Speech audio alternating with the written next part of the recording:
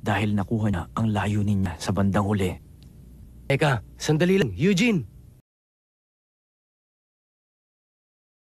Wala. Pero tema ako sa ko. Ah! Ah! Ano nangyari sa buko? Bakit ganito yung tsura ko? Ah! Ibig mo sabihin, hindi mo pansin?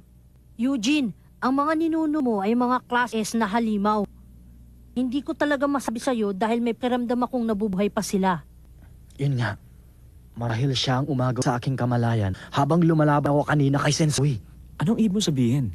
Ang totoo niyan, kanina'y nakarinig ako ng isang mahiwagang boses. Ano boses? Hindi ka dapat matanang isang tulad na. Ah? Ano? Ipapakita ko sa iyo kung paano gamitin ang iyong pangyarihan. Habang nakikipag-usap ako sa boses na hiwagang yun, nawalan ako ng malay, Alfred. Pagkatapos... Aray ko!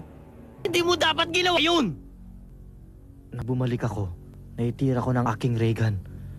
Pero isang napakalakas tira yon. Isang napakalak na nilalang ang nabubuhay dito sa mundo ng masasamang spirito. Alam ko na! Ha?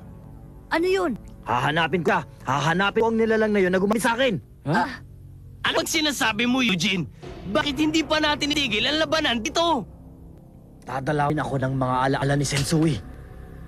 Di ko siya mapapawad sa pag-agaw sa aking kamalayan at sa pagsukot niyang patakboy ng utak ko! Eugene, Ha? mag-isip ang mabuti bago pa siya.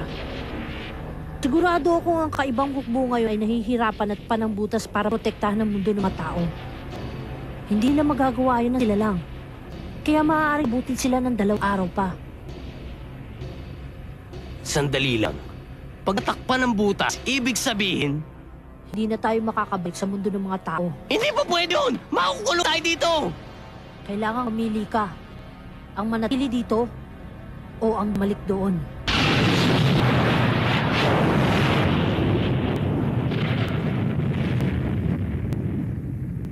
Bibigyan kita ng panahon para mag-isip. Hindi ko na kailangan ng oras na yun, Master Jiko. Ano?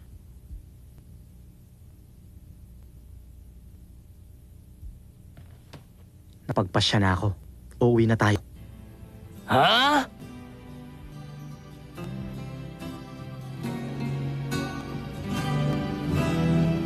Ang laban kay Sensui ay tapos na bagamat hindi ito ayon sa kagustuhan ni Eugene.